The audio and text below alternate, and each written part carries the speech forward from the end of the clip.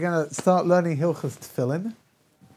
Okay, but with the Hilchos Tefillin, before we get going with the halachot themselves, we have to go through a little bit of introduction over here, because there's a lot of beautiful things to understand about Tefillin before we get to work out exactly how, what, which, when, and where.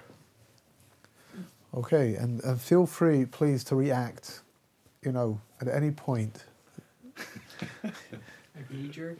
Huh? Like knee-jerk? Any reaction at this point would do, to be honest. So the Bach, in Halacha, the Bach points out that Tefillin, it's very important, Tefillin, the kavanah that a person has, the intent that a person has when they put them on. What does Tefillin mean? Huh? What does Tefillin mean? Tefillin, it's Tefillin time. I don't know. Phylacteries? I don't know what Yeah, that means. phylacteries. I don't know what phylacteries are either. When I was a kid growing up, that's what people spoke about, phylacteries. The other word that got me when I was a kid, where it says totafot beinenecha. So in the English translation, in the Siddurim, it said frontlets between your eyes. Like, what are frontlets, for goodness sake? At least totafot is a word that Chazal are a little bit uncertain about as well. So, but the word tefillin, I don't know. Stop asking questions. Stop it. I will bli neder. I didn't think to look up what the word tefillin means actually, but bli neder will do that as well. However, I'm happy you find this. I'm happy you find this so funny. Good. Okay. According to the Bach, the kavanah, the intent that you have when you put your phylacteries on. That way you can't ask me what phylacteries are. I don't know, but at least nobody knows what they are. So it's very, very important.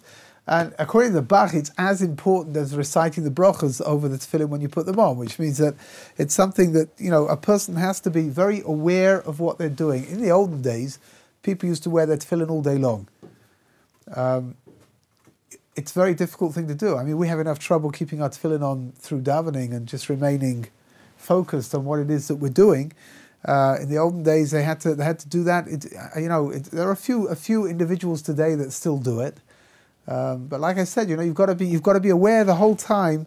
You've got to be aware of what you're doing. That's why it's interesting. When you put on tefillin, before you put on the tefillin, many people have the custom to say a special bracha of intent, a special tefillah of intent.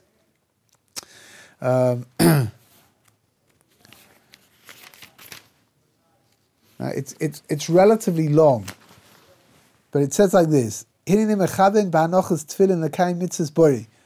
I'm going to fulfill the mitzvah of HaKadosh Baruch Hu by putting on my tefillin. Shetzivanu laniach tefillin. Right? Kachatuv b'Torah, because it's written in his Torah. It's written ukshatim la'ois al yodecha vayula totafot beinenecha. That you should bind them on your hands as a sign, and they should be as, what do they put over here? Oh, just let tefillin be between your eyes. Doesn't say frontlets. What a swizz. Anyway, the aim arba pashis, and then we go through and we explain what's in them. It's an interesting, the tefillah's coming to tell you what it is that's inside. So you've got, where have they gone? You've got Shema, and then Vayayim Shema, and Kadesh, V'aki Yaviacha. And Mitzvah Hashem, we'll take a look at them. And it's talking about unifying HaKadosh Baruch Hu here in the world. And we'll remember the tremendous miracles that God wrought by taking us out of Egypt. And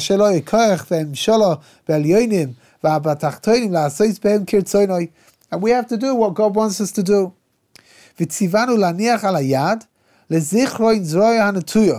So we have to put on tefillin on the tefillin shuyah. We have to put them on our arms. And Mitzvah Hashem, when we learn the halachas, we'll learn that the exact point of putting them on is it should be pointing towards your heart, right? And all of that is to remember that l'shabed b'zeh tavas u'machshavos libeinu la'avod also, that we should know that we should what's the word? We should tie everything we've got back to God, which means that we shouldn't allow ourselves to follow after our heart's desires if that's not good. And we put the tefillin sharosh goes up here next to your brain. That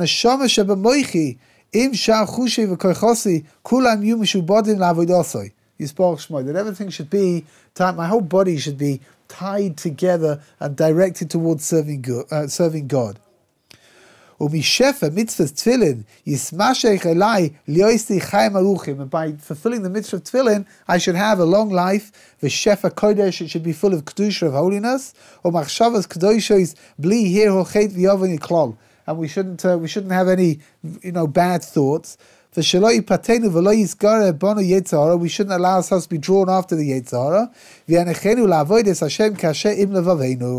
And we should serve God with our hearts. We should take chashuva mitzvahs anochas tefillin lifnei HaKadosh Baruch Hu, kilu kiyamteo b'chol prateh v'dikdukeho v'chavanoseas v'tarek mitzvahs hakluyim bo amen selo. And by doing this mitzvah over here, it should be, in the eyes of God, it should be as if I am now fulfilling all the mitzvahs in the Torah. That's before you put them on, right? That you should have an idea of the importance, the chashivas of what it is that you're doing.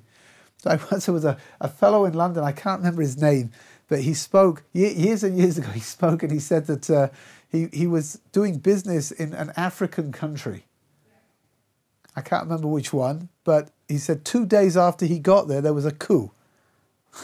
All of a sudden, there's a curfew, and you're not allowed out, and he was stuck inside of his hotel, and of course he ran out of kosher food, and he's subsisting on, they were stuck there for 8 days, they were stuck in this hotel, and he was subsisting on fruit, whatever fruit came into the hotel, that was all he could eat.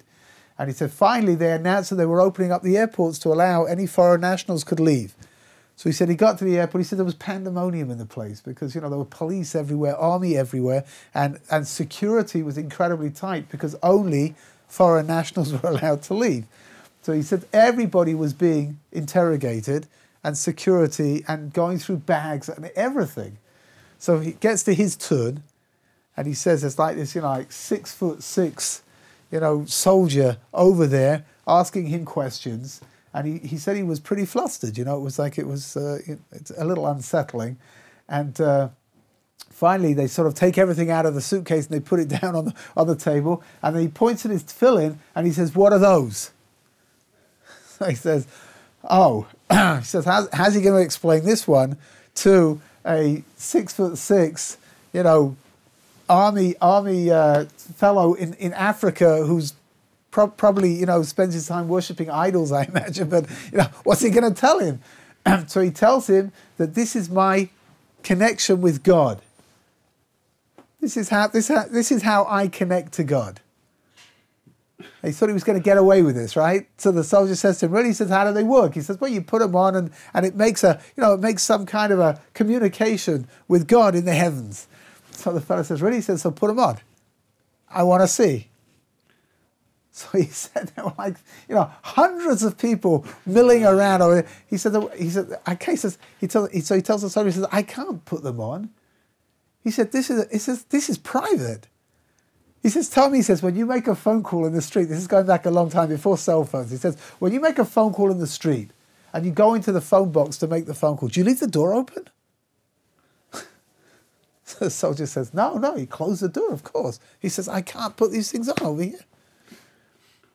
So he thought he was going to get away with it, right?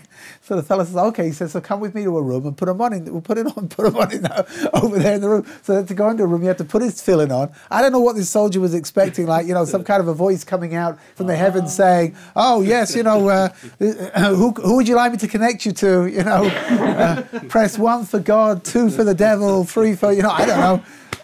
But anyway, in the end, they let him go, and off he went. But it's the most, tefillin are the most incredible thing. They really are. The Vilna Gaon explains like this: we don't really understand what tefillin are, right? We know what they are. We don't know what they do. God says, take tefillin and put them on, so that the Gemaras talk about what tefillin are because the Torah itself doesn't explain. Again, it should be as a sign on your arm and frontlets between your eyes. I mean, as a kid, I was convinced that frontlets are like these blinkers. You put on horses, right? Blinders, whatever you call them, right? Put them on horses so that they shouldn't be able to see to the sides and they'll only travel in a straight line. I mean, that's what I thought frontlets were. Yeah. That's a strange word. Yeah, it's a fine, whatever. Like a couple of these things sticking out over here. I don't know. It was weird, really weird. The Torah doesn't tell you. The Torah doesn't tell you what color they're supposed to be. The Torah doesn't tell you what shape they're supposed to be. The Torah just says that it should be a sign on your arm and a frontlets between your eyes, and that's it. So along comes a Torah Shebaal Peh and explains that the halacha l'Moshe Sinai, that God told Moshe Rabbeinu on Sinai, these are tefillin, this is what they have to look like, this is what you're going to wear, and that's what we have from now on. Says the Vilna Gaon, do we understand how they work? No, we don't understand. HaKadosh Baruch Hu says put them on, so we put them on, which means that the Vilna Gaon says that a person's minimum, that the minimum kavanah that a person needs to have, the minimum intent that a person needs to have, is that he's fulfilling a chok. This is a statute. God says put on tefillin, and somehow or other putting on the tefillin is going to... Well, excuse me.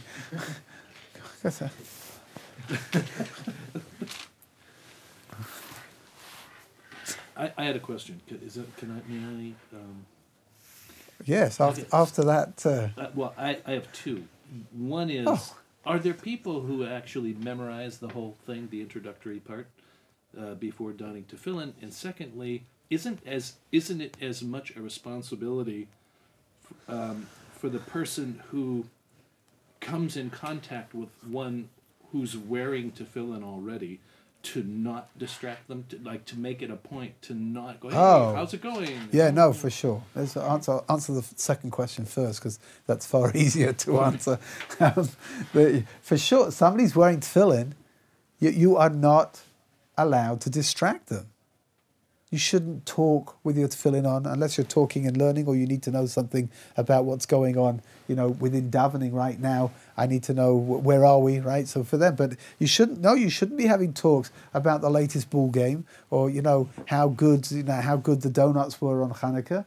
You're wearing your tefillin. Your tefillin are something which is supposed to be directing you. We'll talk about later on in Mitzvah Hashem, directing you towards HaKadosh Baruch Hu. What this fellow said in Africa, he was quite right.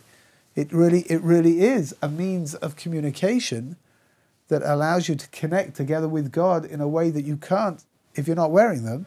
And no, you should not be distracted. And that's one of the reasons why people today don't wear their tefillin all day long.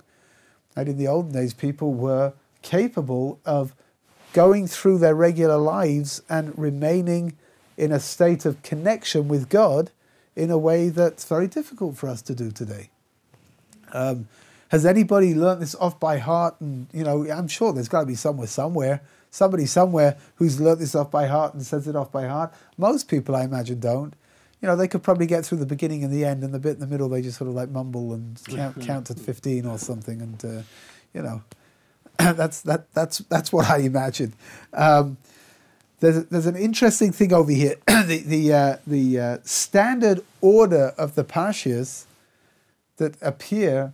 We'll talk in Mitzvah Hashem, we'll talk about what's inside the two different boxes, Tefillin Shel Yad, Tefillin Shel Rosh, what the difference is between them, but the paragraphs that are written out are exactly the same in both. It's just they're written out in a different way. The question is, what's the order that they're supposed to be in? So the order is that or it goes Vayaki Avocha, and then Shema, and then Vayin Shemor, and then Kadesh. That's the way that Rashi understands the way that it's supposed to be. And that's the accepted opinion of the Shulchan Aruch. Right? And there's also a very famous machlokes, Rabbeinu Tam, who was the grandson of Rashi, has a different order. Right? Exactly the same paragraphs, put in a different order. Of course, the machlokes, the disagreement, is something which is much earlier than Rashi and Rabbeinu Tam. If my memory serves me correct, I think in Metzada they found tefillin that were both had the order of Rashi and with the order of Rabbeinu Tam, which means it's a machlokes, it's a disagreement that's going back very far. I remember as kids we were intrigued by the question, who bought Rabbeinu Tam his first pair of tefillin? when he became bar mitzvahed, right? So presumably Rashi, it was his grandfather, right? Rashi was Rabbeinu Tam's grandfather. Which order did Rashi use? He must have brought him Rashi tefillin, right? So there's a machlokes over here. It's interesting that Rashi is of the opinion that you can only fulfill the mitzvah of tefillin if you wear the tefillin according to the order that he gives. Rabbeinu Tam is of the opinion that you can fulfill the mitzvah only if you use the order that he has. You said that they found these on Masada. Did they look like? Do they look like what is in use today? For both? pretty much. I mean, obviously they'd lost their color. They were just sort of like insipid, generic leather, But they look pretty much the way that we have them today. Mitzvah Hashem will talk later on. We'll talk about the way the technological improvements within writing, within the building of the boxes.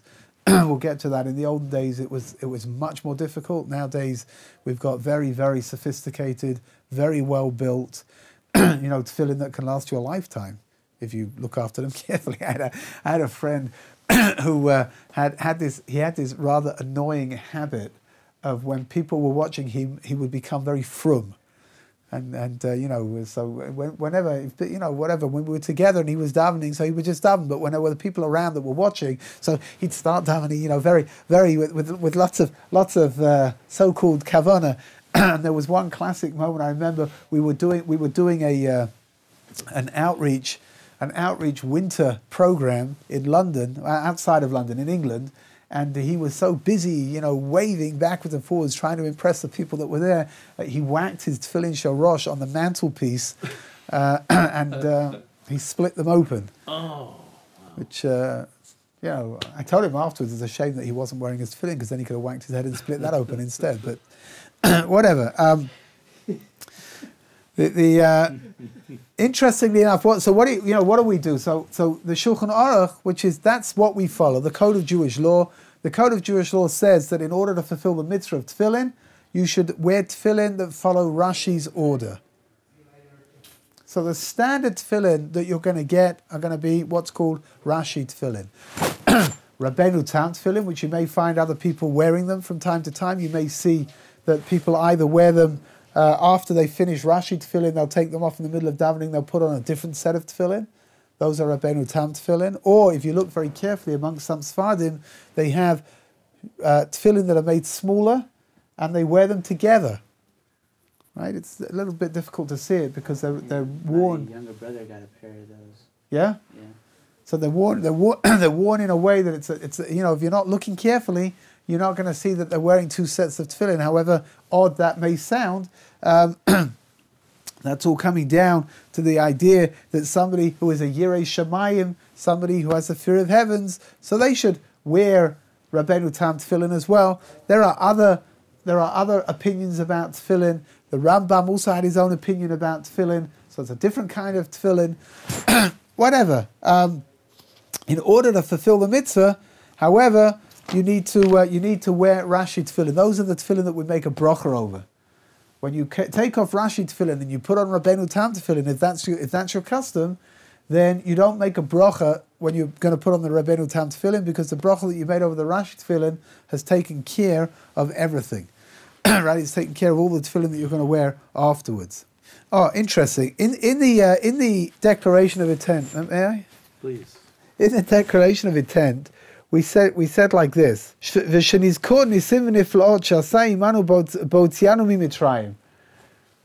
that we have to remember, when putting on tefillin, we have to remember the fact that God took us out of Egypt, right, and the incredible miracles that God made when we left Egypt. What's the idea? It was only until we became a nation that it was possible for us to be able to put on tefillin, which means somehow or other the idea of us becoming a nation is something which at that point we're able to wear tefillin. Until that point we can't wear tefillin, which means that the nationhood of Klal Yisrael is what allowed, as it were, HaKadosh Baruch Hu to be able to give us the mitzvah of tefillin. So you're going to become like hooked up to a grid. Huh? When you go down, you're going to become. You got to get hooked up to the grid. Yeah. Yeah, you know what? For sure. Here, let's have a look at some ideas over here about the tefillin. There's very, very beautiful things inside of tefillin. They become a little bit esoteric, of course, because tefillin themselves are an esoteric dimension. But how do you make tefillin? Tefillin are made from leather. The thread that's used to tie them together, to sew them together, is made out of sinews from the animal. The parchments that used, of course, is made from the leather of the animal, which means we're taking, and the straps are made out of leather. We're taking something which is very physical, right, an animal, and we are using that animal to turn our tefillin into something that we can wear, something physical. Yeah. Did you say that the parchment itself is an animal skin? Yeah. Oh, I didn't know that. All parchment used inside of ritual things. So, for example, Sefer Torah, Megillah, mezuzahs, parchments inside of your tefillin are all going to be made out of cloth is coming from an animal. I know this may not be the right time, but since we're touching on the topic of the parchment, I'm just curious when. I've been on websites like Hasofer and stuff where they, there's like Mahuda like 1 to 9, and of course the prices change too. And then you choose like there's Arizal, there's how does a person who has no there's no historical like what I understand Mahudar and I understand how that it affects price, but does Mahudar affect both the parchment and the tefillin, like batim, and all of the things, or is it one or the other? No. Every part of the tefillin has got its own. They're called hidurim. Has got its own, what do you want to call that, embellishments, to make it better. So parchment, there are different kinds of parchment. Parchment which is smoother, parchment which is less smooth. It's got little hairs on the top of it, which actually, interestingly enough, is more difficult to write on, but considered to be better. It's considered to be better for holding the ink in place, so that the letters should remain for longer. You've got within the batim, for example, and then you've got the writing itself, of course. So depending on how expert the person is who's writing, that's going to have an impact on the price. Depending on what style the person's writing in, whether it's whether it's a Beis Yosef, whether it's Arizal, some writings are slightly simpler than other writings. The Sfadi Ktav. Right, the way that the Sfadim write the letters in the Sefer Torah is less complicated, less complex than the way that the Ashkenazim write, which means that in general, Sfadi Sifrei Torah and Sfadi Parshas are going to be cheaper because the expertise is less. Again, don't misunderstand it. It's not to do with the style. It's not to do with how well a person writes, but it's to do with what the letters themselves look like. And I guess where their mindset is as they're doing it. Well, I mean, again, it's always been for me, it's a little bit of a source of a question mark. It says that that a sofer, you're supposed to use a sofer who is a Yirei Shamayim, somebody who has fear of the heavens. How does anybody know this stuff? I don't know. Well, you have to take a Yirei Shamayim test, like a polygraph of some kind. There are sofrim who are very, very careful, and when they come to write the name of God, they go to the mikveh. There are some sofrim who sort of work very carefully. These ones are known for this dimension, these are known for that dimension. Is this person Yirei Shamayim? I guess word gets out that the person is very careful, that the person's not just very careful in the way he writes, but he's very careful within his religious life in general. And that has a lot of bearing on the cost of something. Which means that paradoxically, in the world of tefillin, for example, you'll pay more for tefillin that have been written by somebody who has Yiras Shamayim than tefillin written by somebody who's got a nicer handwriting, but doesn't have a reputation for being a Yirei Shamayim. And you'll pay a lot of money, like a real lot of money, for somebody who's got a reputation for both. So if you're going to buy tefillin, if you're going to buy parshas, just the parchments that you need to put in the tefillin. So we're talking about one big one for the tefillin shell, yad, and 4 smaller ones for the tefillin shel rosh. They come normally as a package deal. You could pay well over $1,000 for the parshas from somebody who is, has beautiful handwriting and is considered to be very pious as well. Do you think that as a procurement source, do you know anything about Hasofer? Yeah, I know Hasofer. I know the owner of Hasofer, Moshe Flumenblom, lives in Har Nof. Oh. That's already a black mark against him, I guess, but whatever. He's very reputable. He's very straight. I would not recommend buying tefillin over the internet, even from something as good as Hasofer. He has a lot of stuff. No, that's good. It's very good. But I think ultimately you need to go and you need to sit with somebody and explain what your requirements are. What you need.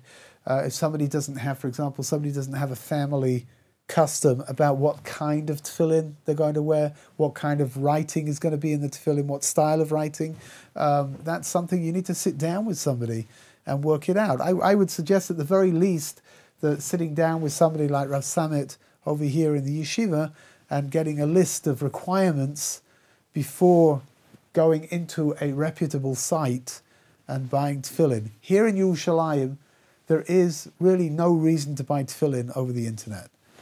Actually, if you live in Exville, somewhere in the middle of nowhere, then you don't have very many options. So either you got to take a trip to the big city and look around and buy tefillin that way, or you could do it over the internet. So then I understand why somebody would do that. But here in Yerushalayim, you can go into a site like Hasofer. Yeah. What? Deals on tefillin. Yeah. Special Black Friday, right? That's right. Tefillin secondhand, right? One careful owner, hardly used. But over here in Yerushalayim, why buy from a site like Hasofer when you could just walk up the road and go into the store itself? It's nice to visit the website before you make. Yeah, I think so. You can become pretty knowledgeable through browsing around websites like that, and just understanding why there is such a disparity in prices as well. It's very difficult to understand when you first look. You could buy a kosher pair of tefillin for $250, and you could buy a kosher pair of tefillin for $2,500. Right now, where does that happen? How can that be that you've got that enormous power between the two? So over there on the sites, they'll explain to you exactly what's costing. Right, why this is costing more than this? Why this one over here? I imagine they've probably even got samples that you can look at, right? Oh yeah. So you can see the writing and you can compare writing and you can see the boxes, and you can compare the two, and you can understand why things cost more, why things cost less. The world of tefillin is no different from anywhere else, which means that everything you can buy a pair of jeans that will cost you $10.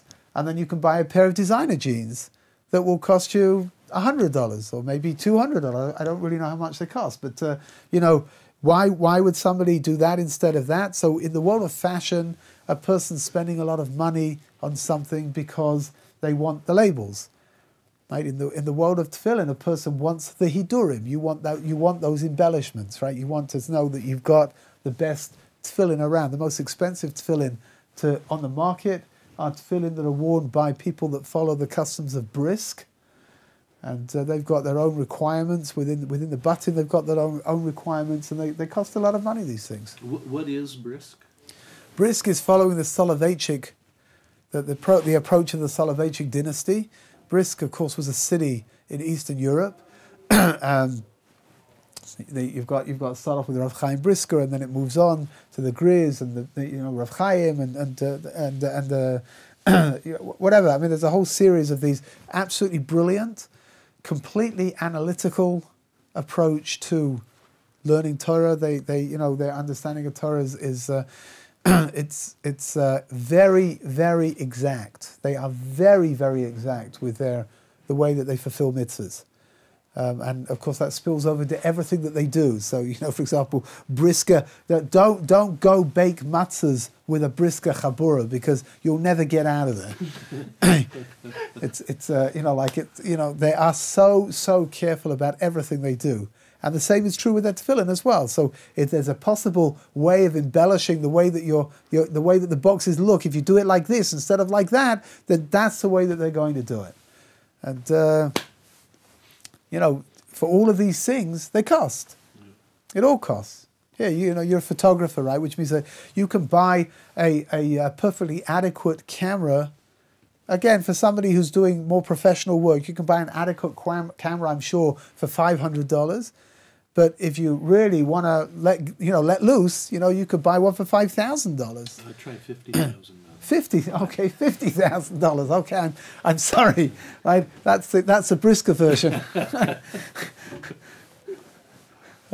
You know, it's and in tefillin is exactly the same thing, right? You've got exactly the same idea. You've got the ability to add here. You can add like this. You could do like this. You could do like that. I remember something that we'll talk about this later on, not today, but I remember something my grandfather used to say. That when he was growing up, the boxes were pretty primitive. It was pretty difficult to get these things, and they were made with thin leather, and it was hard to keep them, you know, completely square. If you knocked them or touched them, the corners would implode. And he said that in his day, the parshas, the parchment, the writing, the people that wrote the ciphers, he said were beautiful, absolutely beautiful. He says the boxes were useless, so you know you had to keep changing your boxes every few years. You had to change the box because it just wasn't very strong. And he said as things, you know, as he got older and he got into his whatever, his 50s and his 60s, he began to realize that the standard of writing was lower, and the quality of the boxes was much higher. So yeah, I guess I have to try to find a balance somehow between the two. You can spend a lot of money on tefillin. I mean, without going the brisker route, right? You can spend, you know, between $1,200 and $1,500 on each part, which is going to get you up to $3,000 for a pair of tefillin. If you're spending that kind of money in a pair of tefillin, you'll have presumably tefillin for life. Right, why do you have tefillin for life? Because when you realise how much it's costing, you'll have a heart attack. But that's not the, you know, it's like you've got beautifully made boxes and you've got beautifully made pans. You don't have to change anything ever again.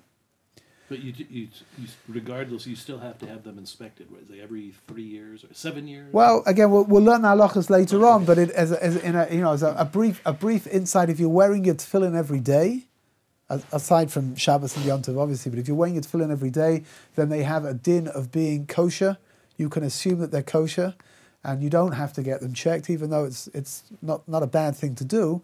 Otherwise, if you've got tefillin that you don't wear very often, for whatever the reason, a spare pair of tefillin, whatever it is, you should get them checked once every 3.5 years. What's called pamayim b'shavua in the halacha, that twice a week, but the week is talking about a 7-year process, and not. My wife's uncle had 2 sets of tefillin because he sweated a lot, and you know, he used to dry his tefillin off. Whenever he finished wearing them, he would dry the bottom off and put them away, and he used to get them checked pretty regularly, just to make sure that the sweat wasn't having an adverse effect. First of all, if the leather becomes warped, then it's a problem. You know, tefillin are no longer kosher anymore, and that if they're too damp for a significant amount of time, then it can seep in and it can cause damage to the parshas, right, to the parchment. So I think it also causes like dry rot, like on the outer. Right. So I get whatever he used to keep them in rotation the whole time and get them checked. You know, once every few months he would get one lot checked and he would wear the other ones and then swap them around again. In all events, what have we got? Everybody here has a neshama. Yeah? I don't know. It's like nobody seems to be prepared to admit to this. What's that got to do with tefillin? What's that got to do with tefillin? Your neshama is comprised of 5 different parts. Right? In the world of Kabbalah, you've got let's call it the soul because it's going to get confusing otherwise. Your soul is comprised of 5 different parts, something called the nefesh, the neshama, the yechida, the ruach, and the chaya. 5 different bits. Right, we call it a neshama, but in truth, the neshama is just one of those parts of what we've got. So we've got 5 different dimensions to your soul. Now I'm confused. There's 4 compartments inside. 1 minute, let me say it. Don't, you're stealing my thunder. Sorry.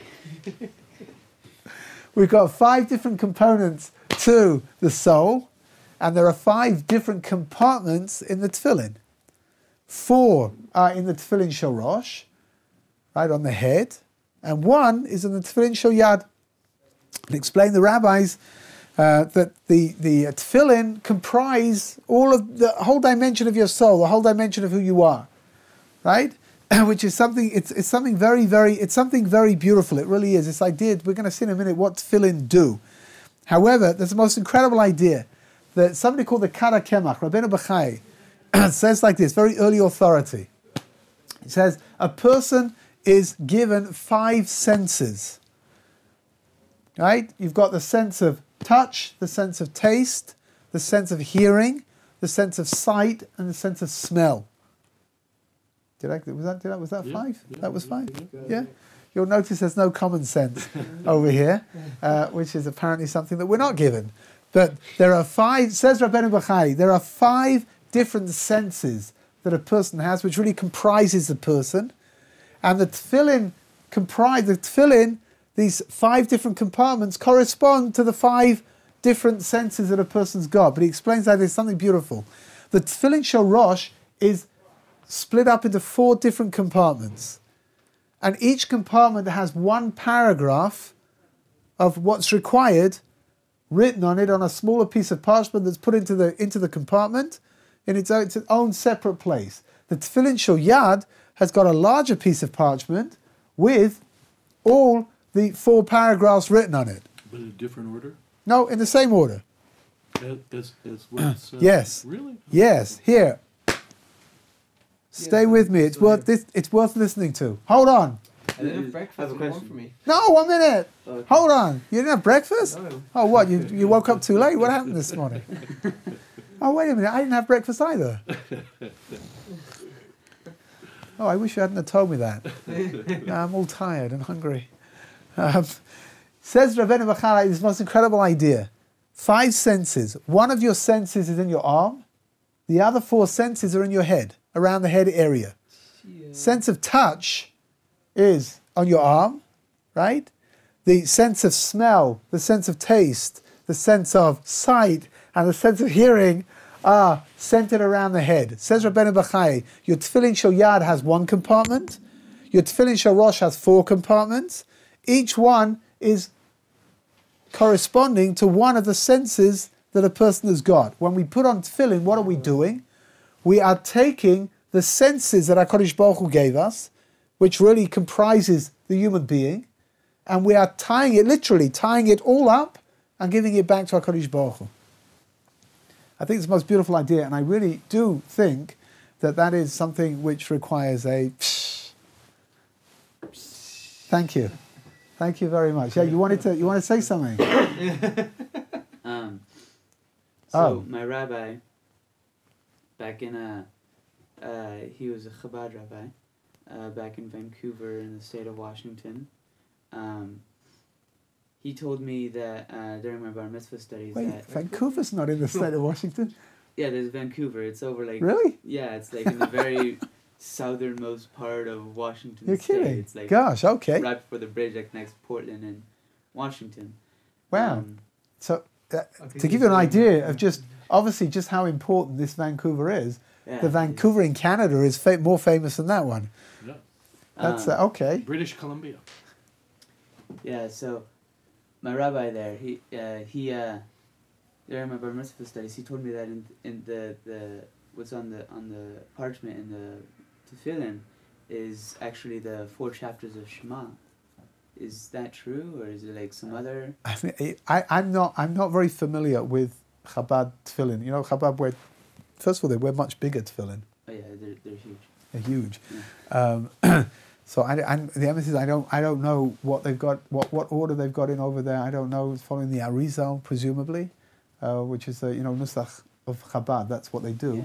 Yeah. Maybe I can look into it a little bit and see. I don't know. Do you know what tefillin you've got? I've got Chabad tefillin. You've got Chabad tefillin. Okay. Yeah, so mine are big. They're big. Yeah. Says the Arizal like this. Mamish, it's a whole concept of tefillin is something absolutely extraordinary. It really is. You know, when a child is born, so for some reason, the skull is not complete. Here, you've seen with your daughter, right? Yeah. It's pretty weird, right? You see the brain over here, right? The skull is left open. Takes about a year until it closes together. Slowly but surely, over the space of time, it closes together. And until it does, you can actually see the brain pulsing. It's a very, I mean, personally, I think it's a very disturbing thing to look at. It's like you see that's the life. You can see it, right? I mean, I think the reason why it closes together at some point is because, can you imagine when you get to be teenagers and the whole thing just stops pulsing? And it's like, that would be a bit depressing, isn't it? To look at teenagers and realize that there's no brain movement whatsoever, nothing. But maybe you don't have to be just teenagers, because it's over here. It seems to be remarkably similar. But says the Arizal like this: children up until about the age of 1, around the age of 1, they start talking. They start being able to communicate. But up until then, HaKadosh Baruch Hu created a system whereby the skull is still partially open on the top, and that's the communication that the child has together with HaKadosh Baruch Hu, which means that until a child starts learning how to speak by himself, he's got this incredible opportunity to remain attached to God in a way that you don't have afterwards. It's like it's just there, it's open. Says the Arizal, where do you place your tefillin shorosh? In exactly the same spot that was open when the child was a baby. Which means the tefillin shorosh are, I'm not kidding, like when this fellow told this soldier in Africa, he wasn't messing around, he really wasn't. It is a communication system that now opens up your brain is now open up, ready to be able to receive a connection and a relationship with God. It's really the most incredible idea, really. It's something extraordinary. Of course, just because I find it incredible and just because I think it's extraordinary, you don't have to agree with me. You really don't. You can just sit, completely glazed eyes and it's fine, really. No, it's fine. I'm telling you, it's okay to do that. Doesn't say you have to place it by the hairline? Huh?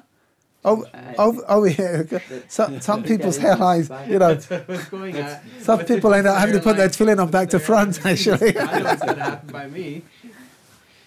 Yeah. I heard something similar about a newborn, that the fetus, unborn, is, depends on a certain direction of each vital organ, like respiratory, circulatory, that are like almost like the mirror opposite of what takes place at the very moment of birth. Like that circulatory system, which in the womb is life-sustaining, and respiratory system and everything else. The moment childbirth actually occurs, a complete reverse happens. Oh yeah.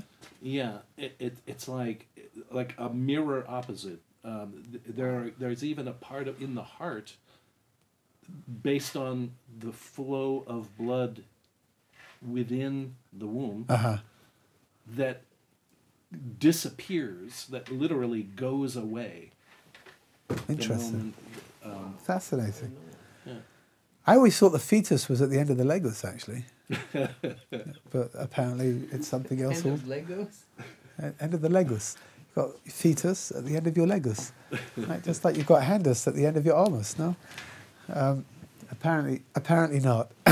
Anyway, the truth is, it's absolutely extraordinary, this whole process of birth, because... Why do you break any cake today? Where is the cake today?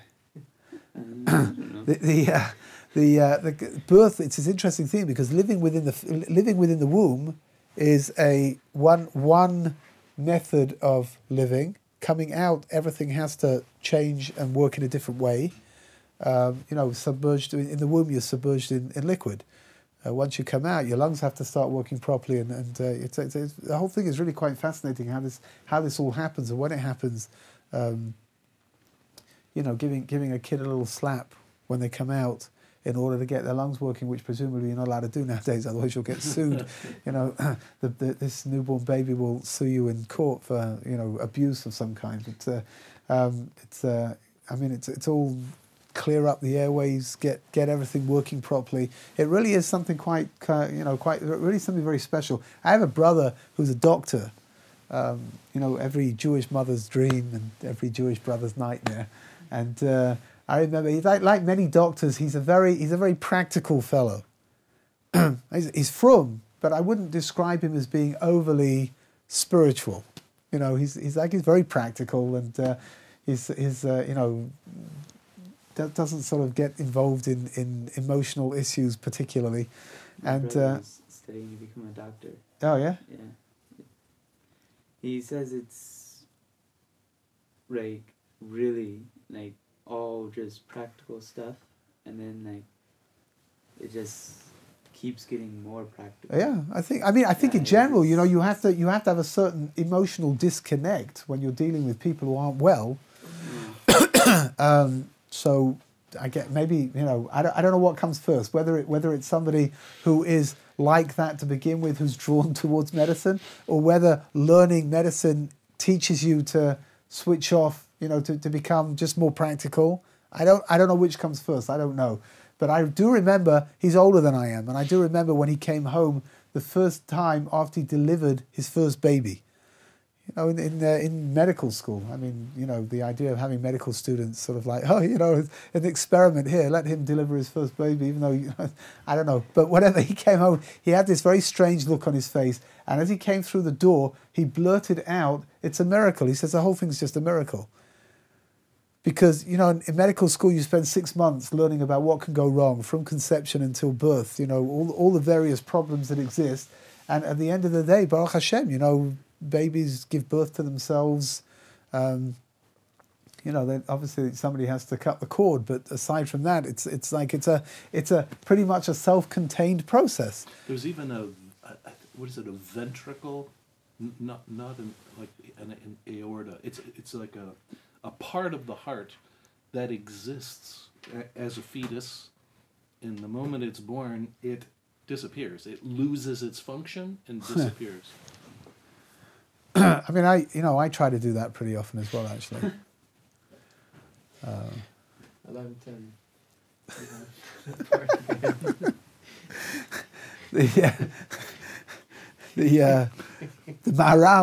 The Maharal says something very beautiful about tefillin. We'll talk about in Mitzvah Hashem how to put your tefillin on and what's put on first and what's taken off first. But Lemaisa, you put on your tefillin shel yad and then you put on your tefillin shel rosh. You put on the hand tefillin first and then the head tefillin.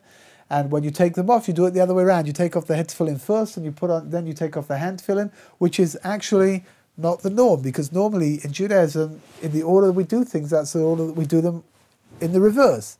So if you put your tefillin shel yad on first, then symmetrically you should really take it off first.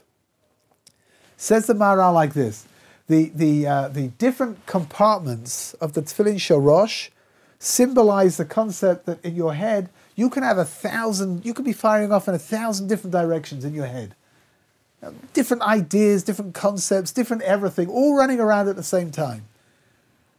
The one of the Tefillin Shel Yad teaches that in the what's called the Olam Asiyah, in the practical world that we live in, you've got to have just one thing that you're doing, right? Which means that you can have 1,000 ideas how to do something here, right? You've got 1,000 ideas from which angle you want to take this photo, right? But at the end of the day, you just have to take the one photo, which means that practically even though your mind may be firing off in different directions, practically, you've just got the one thing to do. Says the Maharal, the way that the Tefillin Shel Rosh and the Tefillin Shel Yad are built, with the Tefillin Shel Yad representing the Olam Asiyah, the practical dimensions of bringing my mitzvahs out into the physical world, that only has one compartment. The Tefillin Shel Rosh, which represents the ideas, represents the concepts that could possibly be, for that, says the Maharal, that's represented by the idea of many different compartments, because you can have multiple thoughts.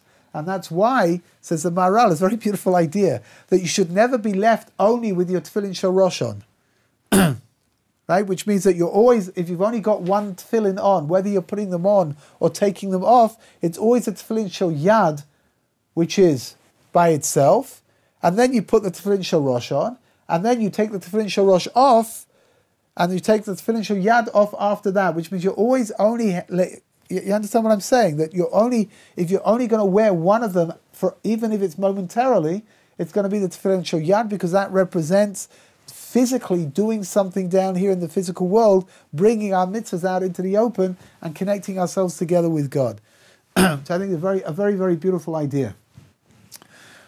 Like I said before, you don't have to agree with me, although nothing will happen if you do. In business, in inventory management, people study that like as a science almost. And there's a term for that called LIFO, last in, first out. Okay. LIFO, yeah, that's the elevator theory, right? Which is, elevator theory is last in, first out. What you use last, what you put on last, comes off first. Another way of saying it. Right. Right now. I mean, it actually, you know what? It just triggered off a realization that that's what you do when you get dressed as well. What you put on last is what comes off first. Most people. I mean, unless you're weird. The idea of you taking off your socks before you taking your shoes off is like, I mean, hello, I don't know how you do that, right? I mean, there's a concept you shouldn't put several articles of clothing on at once, Doubles, right? doubles, not several, just doubles, right? But I mean, I'm saying in general, when a person gets dressed, so you put on your jacket and walk out of the house. When you walk back into the house, you take off your jacket first, right? That's, I guess. I kind of keep my jacket on all day.